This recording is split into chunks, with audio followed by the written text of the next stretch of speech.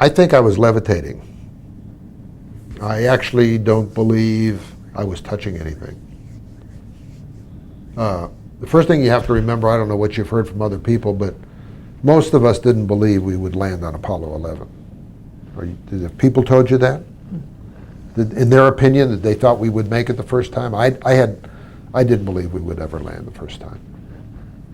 But we did, okay? And when it started getting down close, I don't think I was touching my chair. I actually believe I was levitating somewhere over that chair. You know, that's the way I felt. I don't know whether, you know, I know I wasn't levitating because I can't do that, but that's the way I felt. It was so intense that I don't think most people really fully realized what we did. I know I didn't. And I'll tell you a little story of what happened to me. I was living in an apartment up on the Gulf Freeway. We landed and we gave a go for T1 and so on. We went on and we did a shift change. Well, I went home and I slept for a couple hours. I got cleaned up and I was going back to work and I stopped to eat some breakfast. And between Monroe and Edgebrook in those days, there was a Dutch kettle, you know, one of these little coffee shops with the round stools. And I walked in there and, you know, I knew we had landed on the moon and I was proud and all that and everything. But I didn't, because I wasn't out there with the public when it all happened, I really wasn't that jived as to what the real effect was going on in the world. You know what I'm saying? You know, there were people going crazy all over the world.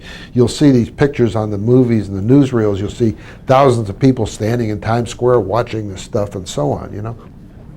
So you weren't into all that. You were so intense in what was going on and what you were looking at and so on. Well, I picked up a paper, which I have today. I still have that paper. And I walked into the Dutch kettle and I sat down up at the counter, planked my paper down, and I ordered my scrambled eggs. And I'm sitting there reading the paper and so on, and two guys walk in and sit down on the two stools next to me. They were a little bit older, and they sit down and they get their coffee and they're waiting for their breakfast, and they start talking. Well, you know, they're the same, they're right next to me.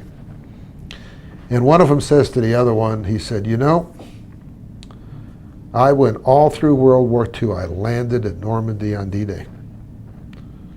And he said, it was an incredible day, an incredible life, and I went all the way through, you know, Paris and on into Berlin and so wherever the heck it was he was talking about.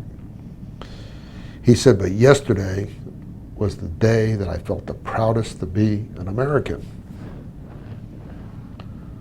Well, when he said that, I lost it. It all of a sudden hit me as to what we had done, you know. And I just threw my money down, grabbed my paper, walked out, got in the car, and started to cry. And as you can tell, I'm getting a little choked up right now talking about it. You know, then I realized what we had done and what had happened. But I hadn't, until that moment, it hadn't hit me. You know, it wasn't like sitting in the control center and, you know, God, we're here, you know, and giving a go. That was great, and it was a tremendous experience and relief, actually. You know, they were alive and we had made it and so on. But it was just a complete different feeling. I had now joined up with the rest of the world as to what had happened. And finally I got myself together and I drove off and I went to work. You know, but until that moment I didn't really have the feeling effect of what had happened.